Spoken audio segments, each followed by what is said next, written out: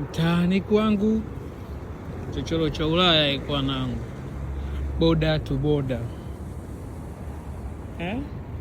elekea mtaani wanangu. Alafu kuna mtoto wa mtu anakuambia mimi sijui, ilibidi niwe hivi, nikafanya vile, nikafa vile. Oya wanangu,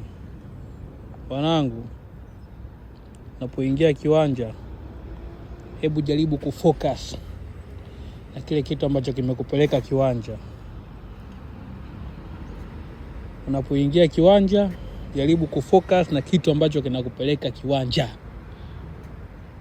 Usela bila hela sawa na mavi, tunakunya, unakula chakula unakunya, afu baadaye unaonea kinyaa. Usela bila hela sawa na mavi, au sawa na chakula unakula mzee, unaenjoy kwa unakula, lakini ukinya unakionea kinyaa. Tafuteni hela wanangu, tuacheni maneno. Usela ufai, usela kutembea eti kibega kimepinda hivi cha. Oya, tufocus na hela. Tufocus na kuokoa familia. Tufocus na viwanja. Chanielewa, tufocus na viwanja. Yaani kama unatoka point A kwenda point B, kweli mwanangu, nenda jua kitu gani ambacho kimekupeleka. Kwa rafiki yangu, natoka huko vizuri mtaani, unasema unaenda kutafuta maisha, alafu unaingia bichi eti unakuwa mteja. Baada ya kutafuta maisha,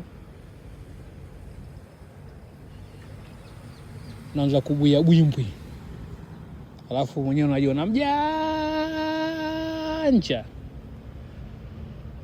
Uko nyuma familia na kutegemea, alafu unakula bwimbi, unajiona umewini, mjanja nini, usela nini.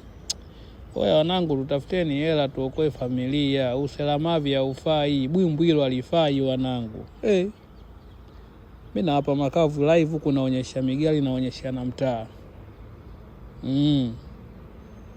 Ingia bichi, focus kilichokupeleka. Sio unaingia bichi unaanza usela mavi nini. Umesahau umetoka nyumbani kwa ajili gani? Umetoka nyumbani maisha mabovu, umekuja kiwanja kutafuta maisha. Hata kama umekuja kiwanja kutafuta maisha, tafuta maisha kweli. Sio unaleta usela mavi. Unatoka huko fresh mwanangu, unaingia kiwanja unakula bwimbwi, alafu unajiona mjanja fala.